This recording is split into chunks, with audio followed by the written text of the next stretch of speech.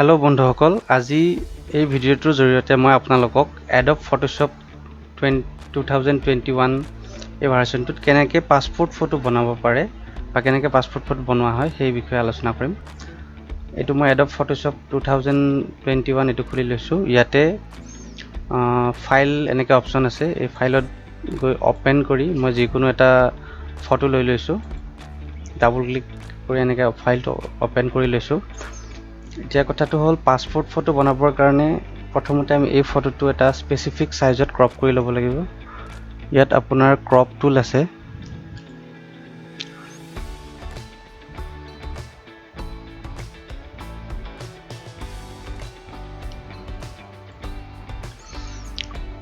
ইয়াতে আপোনাৰ এই ক্ৰপ টুলটো আছে। এই ক্ৰপ টুলৰ সহায়ত মই এই ফটোটো ক্ৰপ কৰিম। ইয়াত ওপৰত এনেকৈ ক্লিক কৰি ৰেচিঅ' উইথ হাইট এণ্ড ৰেজুলেশ্যন এই অপশ্যনটো মই চিলেক্ট কৰিছোঁ। এতিয়া ইয়াত মই সেই হিচাপত ফটোৰ সাইজটো দিম 35 mm। তাৰপিছত ইয়াত মই দিম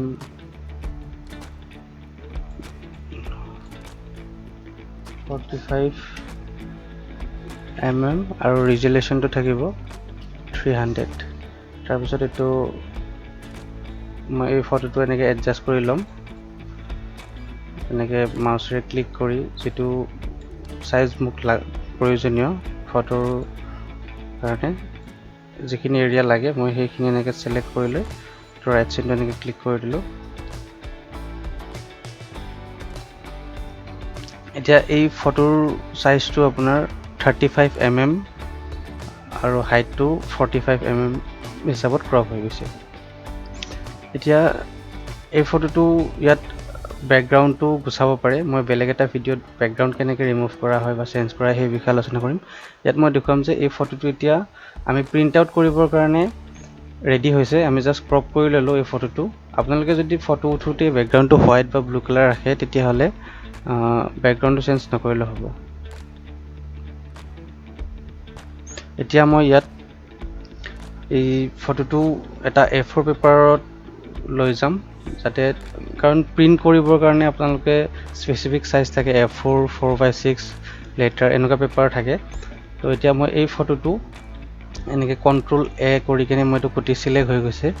এই মুভ টুলেৰে মই এইটো এনেকৈ এটা A4 পেজলৈকে এনেকৈ লৈ আহিলোঁ। এতিয়া এইটো A4 পেজত এনেকৈ মই এইটো প্লেচ কৰাই ল'লোঁ। তাৰপিছত অল্টাৰ ক্লিক কৰি মই এইটো এনেকৈ বঢ়াই গৈ থাকিব পাৰোঁ ইয়াৰ কোৱান্টিটি। তো এতিয়া মোৰ গোটেই পেজটো ফিল আপ কৰিবৰ কাৰণে মই এনেকৈ গোটেইখিনি চিলেক্ট কৰি লৈ ইয়াত কপি মাৰ্জ বুলি এটা অপশ্যন আছে। Shift Ctrl C শ্বৰ্টকাট হয়। এনেকৈ মই কপি কৰি Ctrl V বা পেষ্ট। এতিয়া মই এনেকৈ মই আকৌ অল্টাৰ ধৰি কিনে এনেকৈ বঢ়াই লৈ গৈ থাকিব পাৰোঁ।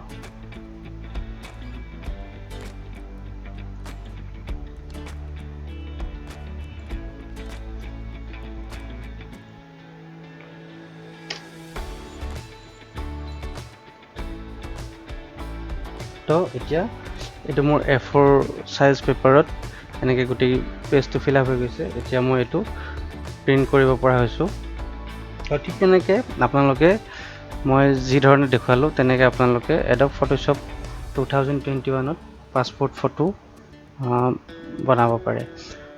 ইয়াৰ উপৰিও এই ফটোবিলাক বনাওঁতে ইয়াত কিছুমান এডিটিং কৰা হয়, কালাৰ ব্ৰাইটনেছ কণ্ট্ৰাষ্ট বঢ়োৱা হয়, বেকগ্ৰাউণ্ড চেঞ্জ কৰা হয়। তো মই নেক্সট ভিডিঅ'ত এই বিষয়ে আলোচনা কৰিম। আজিলৈকে ইয়াতে